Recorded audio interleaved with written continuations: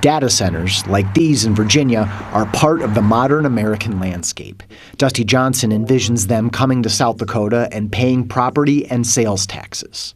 This would be a huge opportunity for us to lower that tax burden on South Dakotans. But right now, we are simply not going to build any data centers in this state because our laws are not a good fit for them. Data centers utilize considerable quantities of power and water. Some could actually demand more electricity than a community the size of New Orleans or Pittsburgh.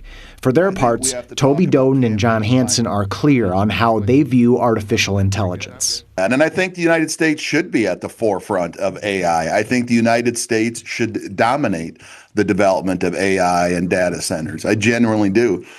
I have said from the beginning of my campaign, Dan, that my focus is putting South Dakota first. I absolutely welcome new business and innovation that brings jobs and growth to our communities and provides opportunities for our kids to find good work and stay in South Dakota.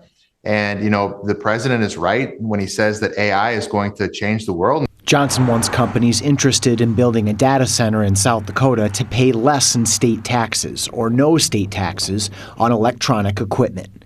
But he says a company intending to build a data center would have to prove a few things within his plan. They're not going to have any negative impact on electric users, existing South Dakota electric ratepayers.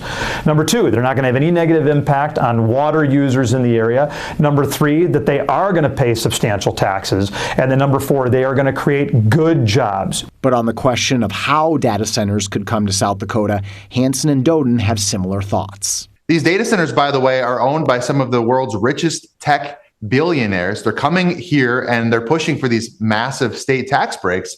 And I'm not for that. We ought not be using taxpayer subsidies to fund these data centers in South Dakota on the backs of hardworking, tax-paying South Dakotans that are already struggling to pay their bills.